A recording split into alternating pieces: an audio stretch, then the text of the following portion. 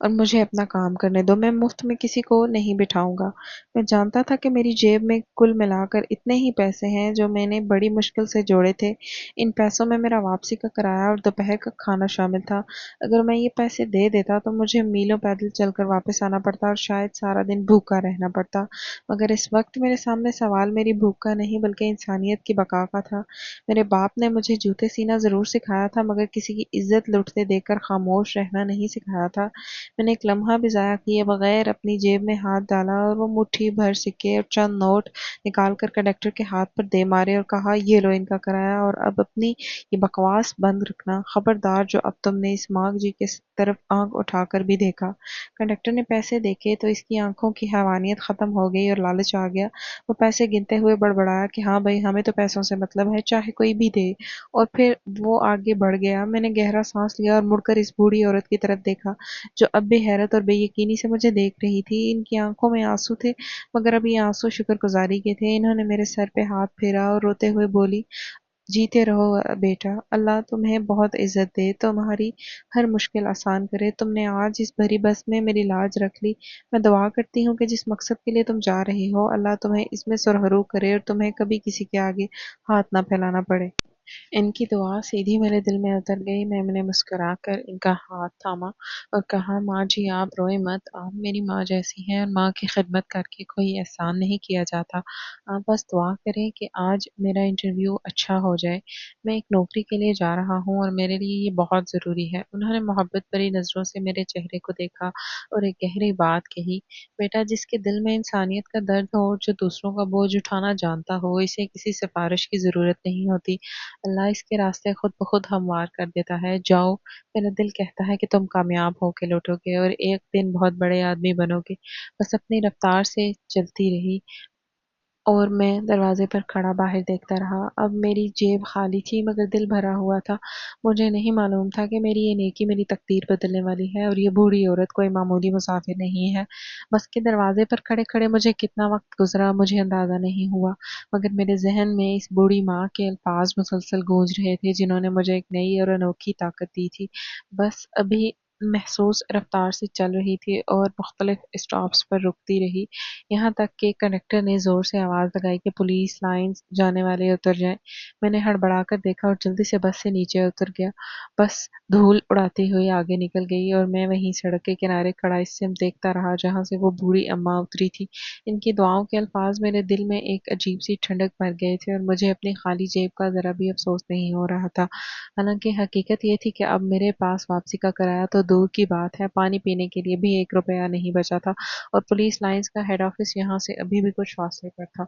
میں نے اپنی قمیض کی شکنیں درست کی اور پیشانی سے بہتا ہوا پسینہ صاف کرتے ہوئے پیدل ہی اپنی منزل کی طرف چل پڑا۔ سورج پوری آب و تاب سے چمک رہا تھا اور دوپہر کی گرمی کی شدت سے میرا حلق خشک ہو رہا تھا مگر میرے قدموں میں ایک عجیب سی پھرتی آ گئی تھی۔ مجھے لگ رہا تھا کہ میرے باپ کی دعائیں میرے سر پر سایہ کیے ہوئے ہیں۔ میں تیز تیز قدم اٹھاتا ہوا آخرکار پولیس لائنز کے بڑے اور بھاری آہنی گیٹ کے سامنے پہنچ گیا جہاں پہلے سے ہی امیدواروں کا رش لگا ہوا تھا۔ وہاں کھڑے سنتری نے میرا شناختی کارڈ اور انٹرویو لیٹر چیک کیا اور مجھے سر سے پاؤں تک دیکھتے ہوئے اندر جانے کی اجازت دے دی۔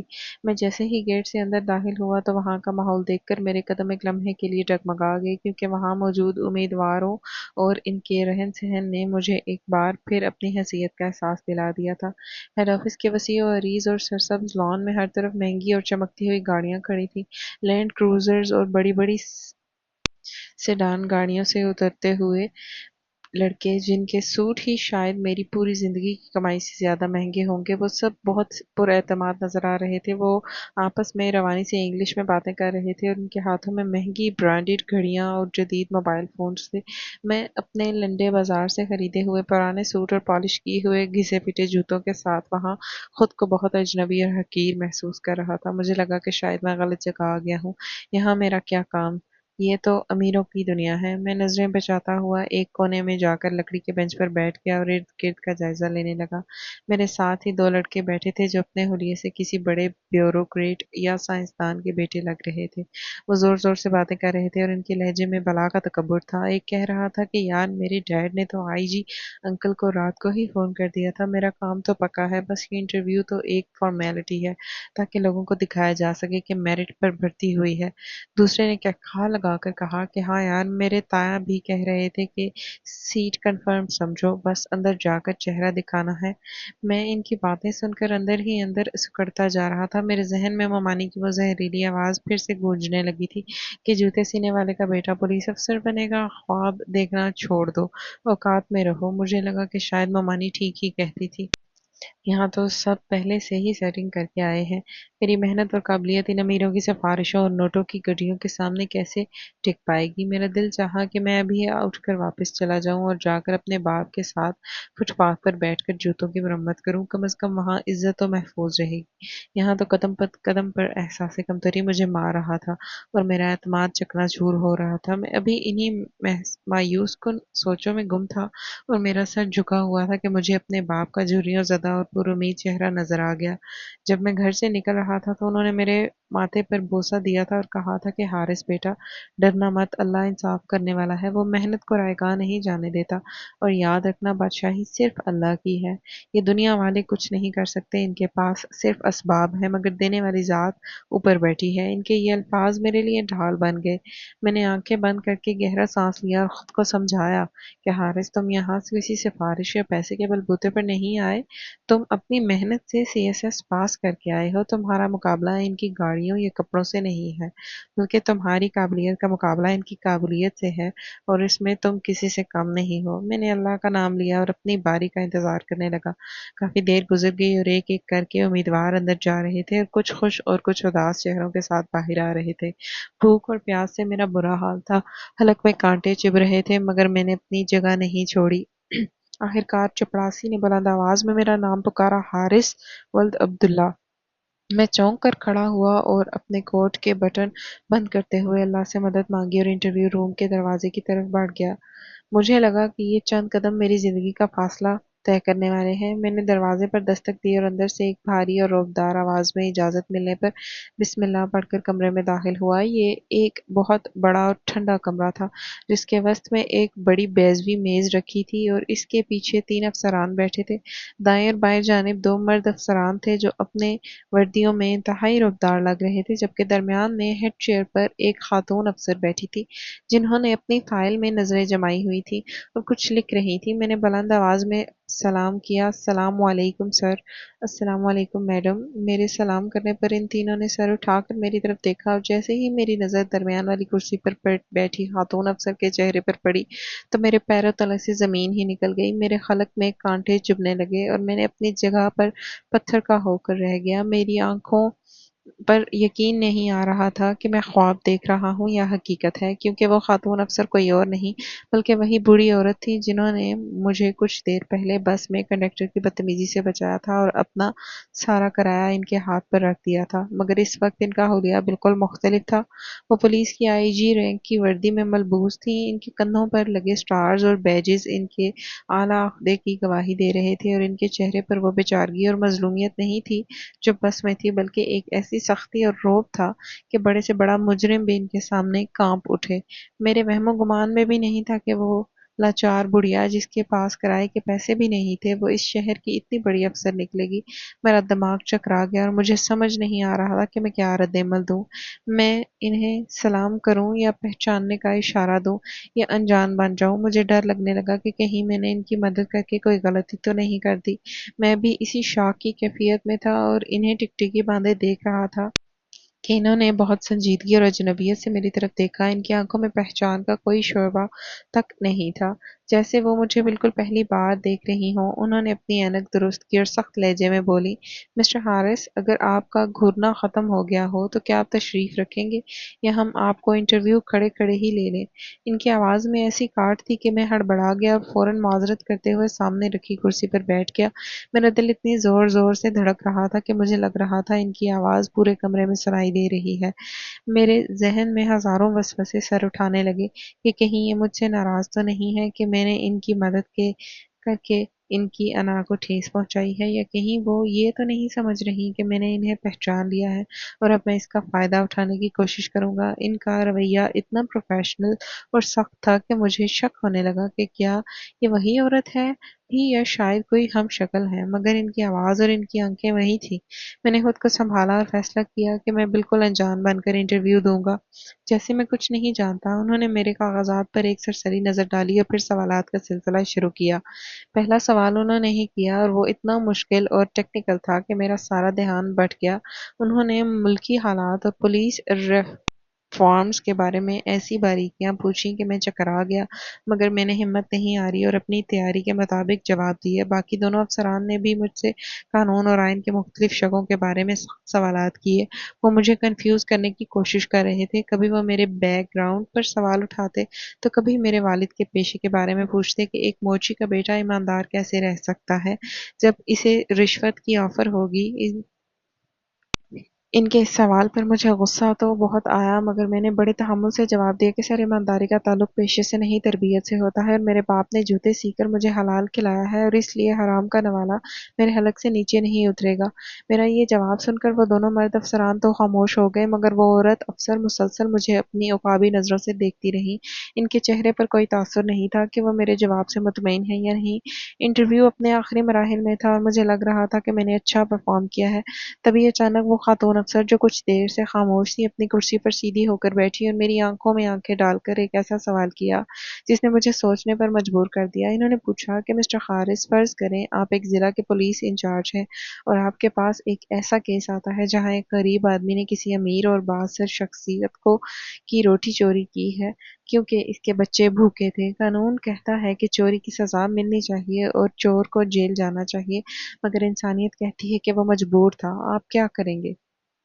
اگر آپ قانون پر عمل کریں گے تو ایک بھوکے خاندان کا سہارا چھین لیں گے، اور اگر اسے چھوڑ دیں گے تو قانون کی خلاف ورزی کریں گے۔ آپ کے پاس اختیار ہے، مگر آپ کو قانون اور انسانیت میں سے کسی ایک کا انتخاب کرنا ہے، تو آپ کیا کریں گے اور کیوں؟ کمرے میں مکمل خاموشی چھا گئی تھی اور تینوں افسران میرے جواب کے منتظر تھے۔ یہ سوال محض کتابی نہیں تھا، بلکہ میرے ضمیر کا امتحان تھا۔ میں نے کچھ لمحے سوچا اور پھر آنکھوں کے سامنے بس والا منظر گھوم گیا جب کنڈکٹر اس بوڑھی عورت کو دھکے دے رہا تھا، اور قانون کے مطابق کنڈکٹر ٹھیک تھا کہ بغیر کرائے کے سفر نہیں کیا جا سکتا، مگر انسانیت وہاں دم توڑ رہی تھی۔ میں نے گہرا سانس لیا اور پر اعتماد لہجے میں جواب دیا، میڈم، میں مانتا ہوں کہ قانون کی پاسداری ایک پولیس افسر کا اولین فرض ہے اور معاشرے میں نظم و ضبط قائم رکھنے کے لیے قانون کا نفاذ ضروری ہے، مگر میرا ماننا ہے کہ قانون انسانوں کی بہتری اور تحفظ کے لیے بنایا جاتا ہے، نہ کہ انہیں کچلنے کے لیے۔ اگر کسی جگہ قانون کی اندھی سختی کسی مظلوم کی جان لے رہی ہو یا اس کی تذلیل کا باعث بن رہی ہو تو میں وہاں انسانیت کو ترجیح دوں گا۔ میں کوشش کروں گا کہ اس مجبور شخص کی مدد کروں، اس کی بھوک مٹاؤں تاکہ اسے دوبارہ چوری نہ کرنی پڑے۔ اور جہاں تک قانون کا سوال ہے تو میں اس مدعی یعنی امیر شخص کو اس بات پر قائل کروں گا کہ وہ اپنی شکایت واپس لے لے، یا پھر میں اپنی جیب سے اس نقصان کا ازالہ کر دوں گا، کیونکہ ایک اچھا افسر وہ ہے جو صرف ڈنڈے کے زور پر نہیں بلکہ عوام کا درد محسوس کر کے فیصلہ کرے۔ اگر ہم نے قانون کو انسانیت سے بالاتر کر دیا تو ہم روبوٹ تو بن سکتے ہیں مگر مسیحا نہیں، اور پولیس کو اس وقت حاکم کی نہیں محافظ کی ضرورت ہے۔ میرا جواب سن کر کمرے میں کچھ دیر کے لیے سناٹا چھا گیا۔ وہ خاتون افسر مجھے بغور دیکھتی رہیں۔ ان کے چہرے کے سخت تاثرات میں ہلکی سی نرمی کی جھلک دکھائی دی، مگر انہوں نے کچھ نہیں کہا، جبکہ باقی دونوں افسران نے آپس میں سرگوشیاں کی، اور پھر خاتون افسر نے فائل بند کرتے ہوئے کہا، ٹھیک ہے مسٹر ہارس، آپ کا انٹرویو ختم ہوا، آپ باہر جا کر انتظار کریں، نتیجہ کچھ دیر میں بتایا جائے گا۔ میں نے شکریہ ادا کیا اور کرسی سے اٹھ کر کھڑا ہوا۔ جب میں دروازے کی طرف بڑھ رہا تھا تو مجھے محسوس ہوا کہ اس خاتون افسر کی نظریں میری پشت پر جمی ہوئی ہیں۔ میں کمرے سے باہر آیا اور وہیں برآمدے میں رکھے بینچ پر نڈھال ہو کر بیٹھ گیا۔